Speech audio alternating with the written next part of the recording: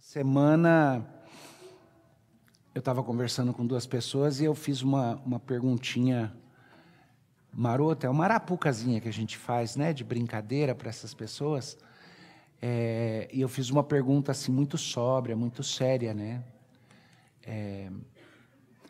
Tipo, se você pudesse no seu velório, ouvir o que os outros estavam falando ali em volta, o que você gostaria de ouvir? E aí cada um tem sempre a sua... Eu gostaria de ouvir, olha, foi uma pessoa esforçada, olha, foi uma pessoa boa. Depende, aí vai depender de muita coisa, né? Eu não sei o que vocês gostariam de ouvir se vocês estivessem... Vocês estão achando que é mórbido a beça, né? Mas, por favor, segue comigo. Mas aí eu virei para essas duas moças, depois que elas falaram, e uma delas disse, eu queria que dissessem, olha, pelo menos ela tentou, a outra, olha, ela se esforçou. Aí eu falei, o que eu gostaria de ouvir é uma voz assim de criança ali em volta, dizendo, olha lá, mãe, está mexendo, está mexendo.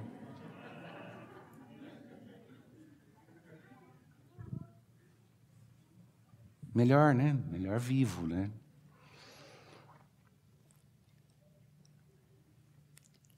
Choro não é uma coisa que a gente curte, exceto nos momentos em que a gente está querendo curtir uma depressão, como é que se chama? Tem até música disso, curtir uma dor de cotovelo. Não é dor de cotovelo, é que o nome é feio, né? Fica na fossa, fica bem assim, tristão. Tem gente que curte isso, mas no geral... A gente olha para o pranto, e o pranto é sempre ou a consequência de uma dor imediata, ou de um desespero, ou o pranto, às vezes, é uma tática, uma forma da gente tentar conduzir as coisas como quer. Mas, como eu estava dizendo para as crianças, o que me impressiona no 5º capítulo do Apocalipse, além de todas as outras coisas maravilhosas que estão lá, é a profunda autenticidade do choro do apóstolo João. E eu queria te desafiar a chorar comigo por esse mundo, a chorar comigo pela história, a chorar um pouco pela sua própria história, pelos seus próprios dramas. Não o choro de quem quer atrair autopiedade. Tem dó de mim. Nem o choro que é mera manifestação das minhas emoções internas para consumo próprio ou consumo dos outros. Mas o choro profundo e autêntico de quando a gente vê algo que a gente sabe que precisava, que o mundo precisava, que os outros precisavam. Choro por amor dos outros. Choro por piedade do mundo. Você experimenta lampejos disso, eu sei, quando olha para o estado das coisas, quando, por exemplo, você começa a ver legislações sendo votadas e consideradas, já aprovadas em alguns países, em certo norte de certo continente, legislações que, obviamente, a gente percebe que elas são criadas para incentivar o mal. Leis para abolir qualquer restrição de relacionamentos amorosos entre famílias, dentro da própria família e entre geração e geração. A Bíblia conta como escândalo no livro de Coríntios, quando uma igreja estava tendo tamanho grau de corrupção, que um afilhado estava se relacionando com a madrasta dele. A Bíblia conta que Paulo tem que dar uma intervida lá e mandar disciplinar. Depois ele manda aquele que foi disciplinado ser recebido, se arrependeu e tudo. Mas pega pesado, a Bíblia sempre teve... E aí você começa a descobrir que a gente vive num mundo onde esse tipo de coisa é questionado com a cara de pau, de forma... nas cortes, nos tribunais. Mais da metade dos países do mundo permitem o infanticídio intrauterino, que é o nome que eu gosto mais para o aborto. Assassinato intrauterino. chora por esse mundo, mas não chora como quem não tem esperança. Chora como João. A dor de saber que precisa alguém que possa quebrar os selos. Vamos ler o texto. Abra sua Bíblia no capítulo 5, livro do Apocalipse. Lembra da visão do trono que eu falei para vocês na semana passada? Versículo 1 começa assim: Vi na mão direita daquele que estava sentado no trono um livro escrito por dentro e por fora, de todo selado com 7 selos. A ideia de um livro escrito por dentro e por fora, as pessoas olham e falam, lembra o que eu expliquei da questão de que as imagens, elas se referem a alguma coisa, mas elas não podem ser tão abstratas como metáforas, que a gente tente achar uma simbologia mística para elas, ou uma coisa. Elas dizem o que elas querem dizer. Usei o exemplo do amanhã vai chover canivete. Não quer dizer que vai cair faca aberta, mas quer dizer que vai ser uma chuva muito forte, diferente, talvez uma chuva mais beliscante na pele, alguma coisa assim.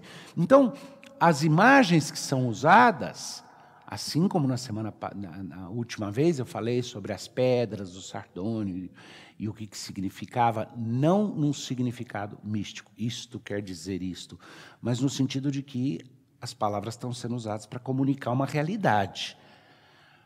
E a ideia do livro escrito por dentro e por fora, esse livro vai aparecer várias vezes e tudo, é a história. É o livro completo. E o escrito por dentro e por fora, aí é só para enfatizar que é cabo e rabo. É começo, meio e fim, é a coisa toda. São as coisas que estão óbvias, aquelas que você vê de fora. E as coisas que estão secretas e ocultas e que só vão poder ser vistas se o livro for aberto. E quando João vê esse livro, que está na mão direita daquele que se assenta no trono, o Deus de todo o universo, e percebe que o livro está selado, ele está travado, ele não é qualquer um que vai poder desenrolar aquilo, que vai poder dar início, que vai fazer com que aquilo se cumpra. Vi também um anjo forte que proclamava em grande voz: quem é digno de abrir o livro e de desatar os selos? Ora, nem no céu, nem sobre a terra, nem debaixo da terra, ninguém podia abrir o livro, nem mesmo olhar para ele. Ninguém tinha perspectiva. E é aí que João diz: e eu chorava muito, porque ninguém foi achado digno de abrir o livro, nem mesmo de olhar para ele. Agora, se você ainda tem em mente a cena que eu descrevi no último sermão, aquela do capítulo 4, você sabe que é uma sala do trono, é um lugar de tremenda glória, é uma visão de que Deus está no controle o tempo todo, de que o nosso Senhor está sentado no trono do controle o tempo todo, e que Ele está cercado ali pelo testemunho da igreja, pelos 24 anciãos, de que há anjos que o tempo inteiro não tem outro trabalho exceto reconhecer a glória dele. Mas quando João começa a chorar, porque ninguém foi achado digno de abrir o livro, versículo 5, todavia um dos anciãos me disse: não chores, eis que o leão da tribo de Judá, a raiz de Davi, venceu para abrir o livro e os seus 7 selos. Então vi no meio do trono e dos 4 seres viventes, e entre os anciãos, de pé, um cordeiro como tendo sido morto. Ele tinha 7 chifres, bem como 7 olhos, que são os 7 Espíritos de Deus, enviados por toda a terra. É curioso que a fala, e essas coisas não são acidentais, a fala que um dos anciãos oferece para o conforto e consolo de João é: não chore, porque o leão da tribo de Judá, aquele que vem da raiz de Davi, ele é digno de abrir o livro, de quebrar os selos. Mas quando João olha, o que ele vê é um cordeiro que morreu e ressuscitou. E que estava coberto aí 7 chifres e 7 olhos. Os chifres sempre significam autoridade, potestade, e os olhos sempre a capacidade de visão, de entender as coisas. Então, os 7 Espíritos de Deus representados aí como o 7 é o número da perfeição, o número completo, como o cordeiro que tem toda a autoridade e todo o conhecimento. O anjo fala, o leão pode, fica tranquilo. Ele olha e vê que o leão é o cordeiro. Eu comecei falando que eu queria que vocês chorassem comigo por esse mundo, chorassem por essa situação, mas chorassem como João. Quem abrirá o livro? Mas chorassem somente para ser consolados e saber que existe alguém que abre o livro, que destrava a história, que reina e governa. No entanto, vamos falar um pouquinho dessa história do leão e do cordeiro, tá? Para que é isso? É só para tentar, de alguma forma, no paradoxo aparente de um leão e um cordeiro, oferecer para a gente uma ideia de que Jesus é algo entre um e outro. Eu não acho, eu acho que é um pouco mais. Eu acho que Clive Staples Lewis, C.S. Lewis, como a gente geralmente conhece ele, captou isso bem num dos seus contos.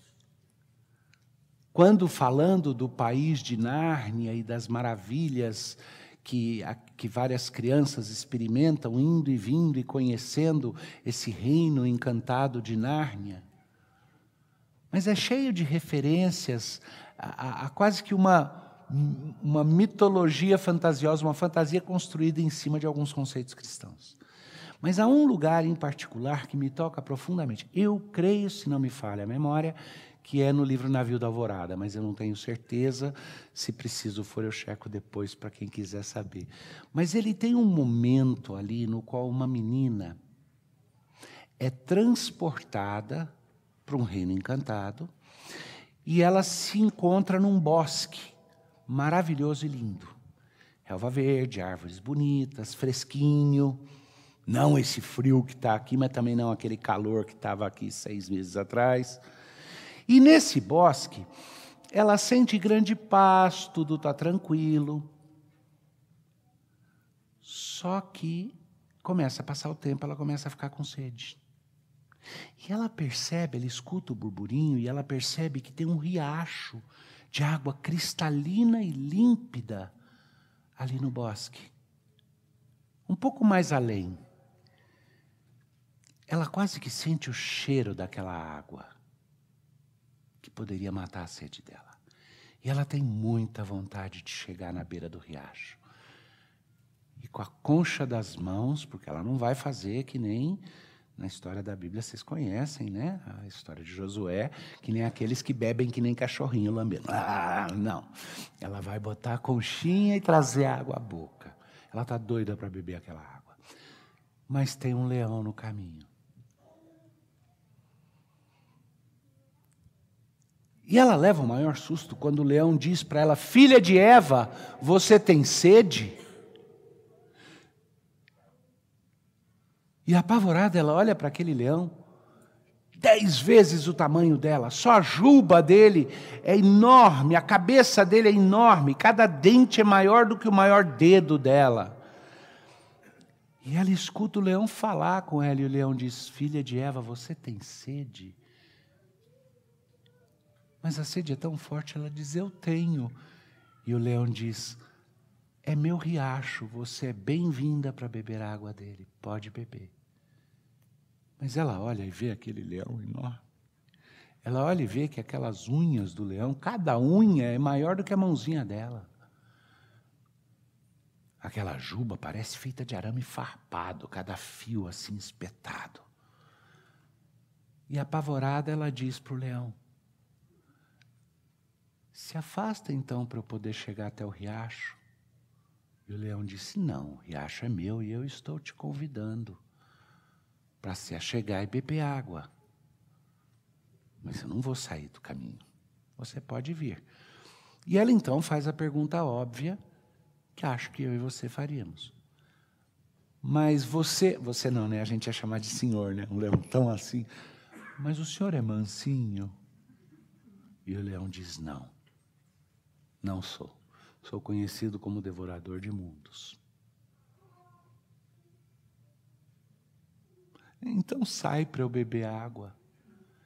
E fica nessa luta até que finalmente a menina entende que ela vai morrer de sede e ela resolve confiar na palavra do leão que disse: vem e bebe. E ela passa pertinho do leão, se agacha na beira do riacho e bebe a água. Sabe o que acontece quando ela bebe essa água?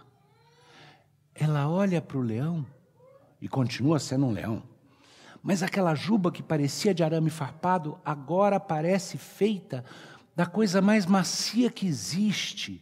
Aqueles dentes enormes que ela morreu de medo pensando que eles podiam estraçalhá-la, de repente ela olha e fala: são os dentes que vão me defender de qualquer coisa que vier pela frente.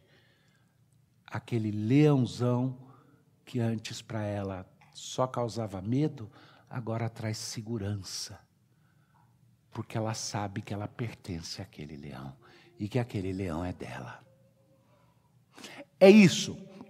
O cordeiro e o leão, porque Jesus Cristo, o leão de Judá, da raiz de Davi, perigoso sim, não é leão manso, guerreiro,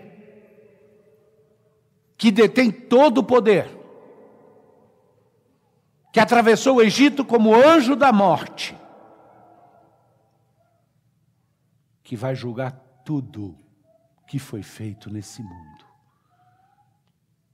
que vai mandar a gente proclamar dos eirados o que foi cochichado ao pé de ouvido.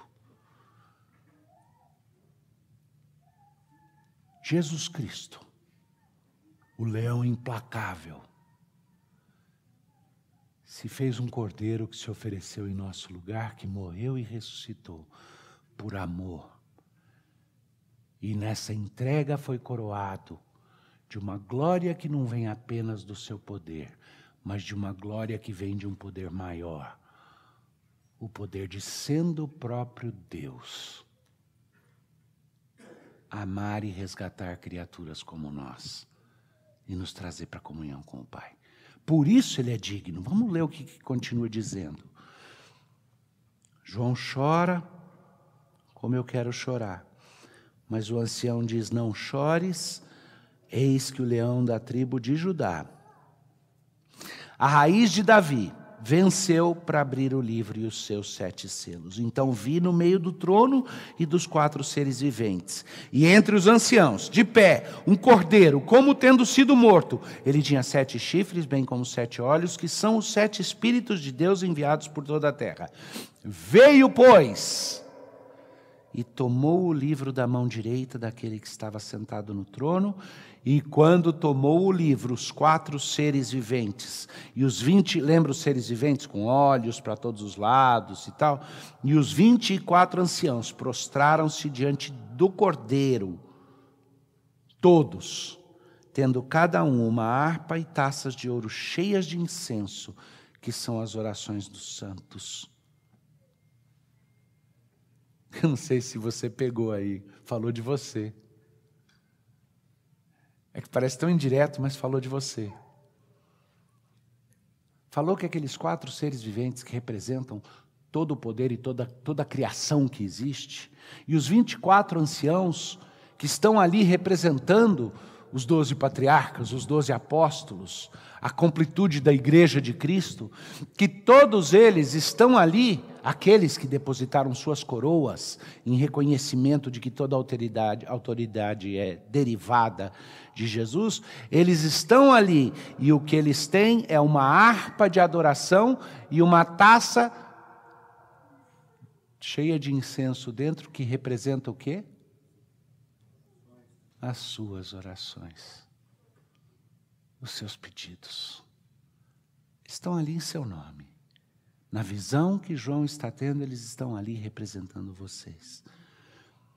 E o que eles fazem? Eles entoam um novo cântico, dizendo: digno és de tomar o livro e de abrir-lhe os selos, porque foste morto e com o teu sangue compraste para Deus os que procedem de toda tribo, língua, povo e nação.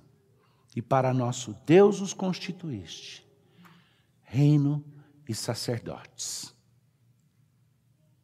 E aí a partezinha que eu sei que dá um arrepio no pastor Heber, assim como dá em mim. E vocês reinarão com eles. Bacana isso. Porque a gente joga toda a questão da eternidade, no céu e tudo, para algum tipo de abstração, coisa distante, né? E a gente esquece, é novo céu e nova terra. E que a promessa é de que os santos que foram remidos em Cristo reinarão com Ele. Porque o Cordeiro que é digno porque resgatou e comprou com o seu sangue.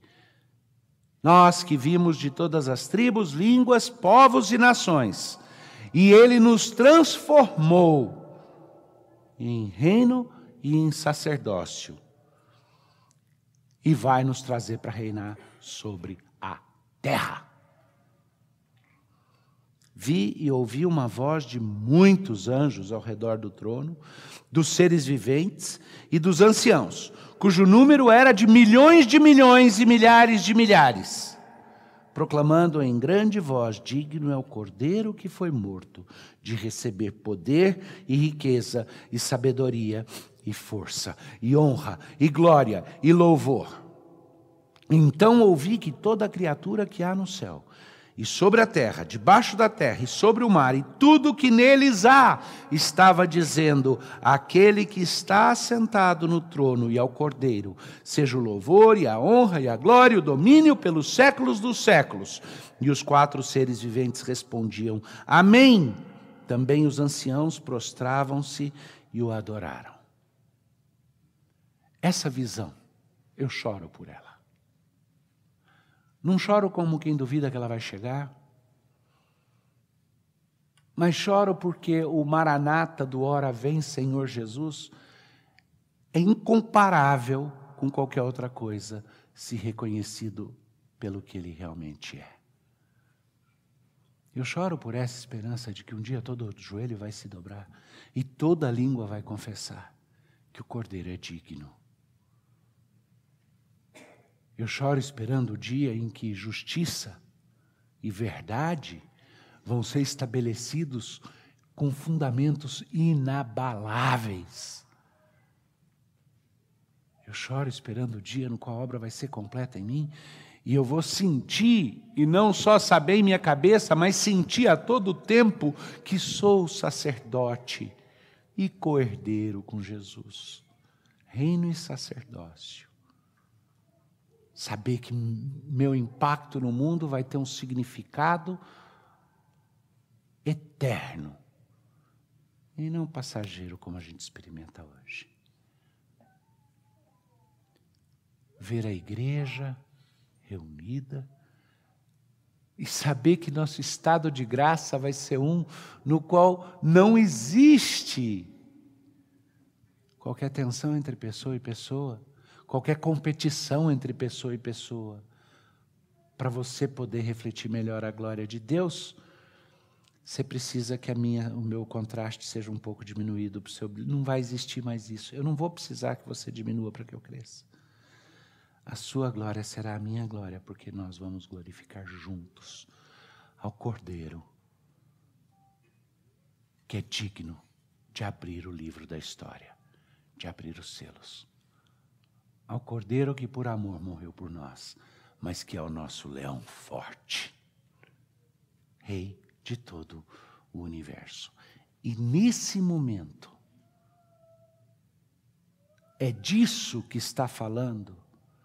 E é interessante, não é comum se prestar atenção na questão de choro no livro do Apocalipse. Mas eu creio que lá no final, quando a gente vê Jesus enxugando as lágrimas e não havendo mais choro, é isso Não é só o choro do nosso sofrimento, mas é o choro da nossa angústia por ver redenção nesse mundo, e é o choro que é satisfeito quando um anjo forte diz: não chora, porque existe um que é digno de abrir o livro. Agora, ok, existe um que é digno de abrir o livro, mas essa é a boa notícia. Má notícia, não gosta muito de você. Aí danou. Literalmente danou, não é só forte figura de expressão. Mas não é isso que a Bíblia fala. O que João experimenta aqui é a benevolência daquele que é digno de abrir o livro. Porque ele é digno de abrir o livro exatamente porque ofereceu o seu sangue para resgatar aqueles que são chamados para serem feitos reino e sacerdócio. Como se ele já não tivesse toda a dignidade do universo. Como se, sendo um com o próprio Deus, ele já não possuísse toda a realeza. Por intermédio dele o mundo foi criado. Mas por que essa ênfase de que é porque ele morreu e ressuscitou? Porque essa atribuição, a conexão da dignidade dele de destravar a história com o sacrifício em prol daqueles que ele constitui reino. Porque isso foi escrito para mim e para você. Porque isso foi escrito para seres humanos como nós. E a gente precisa ouvir isso, que toda a dignidade que Jesus tem como Senhor do universo, como o próprio Deus, como alfa e ômega em todos os sentidos, para nós se manifesta como a dignidade daquele que em amor morreu e ressuscitou, se fazendo primícia da ressurreição para todos nós que vivemos debaixo da maldição da morte, se fazendo paz para todos nós que estamos perturbados e conflitados, e enxugando até o nosso choro bom, quando ele responde: eu abro o livro. Agora eu espero que isso deixe você preparado, empolgado, para quando a gente estiver chegando lá no finalzinho do livro e eu for voltar a esse tema das lágrimas sendo enxugadas. Que Deus abençoe vocês.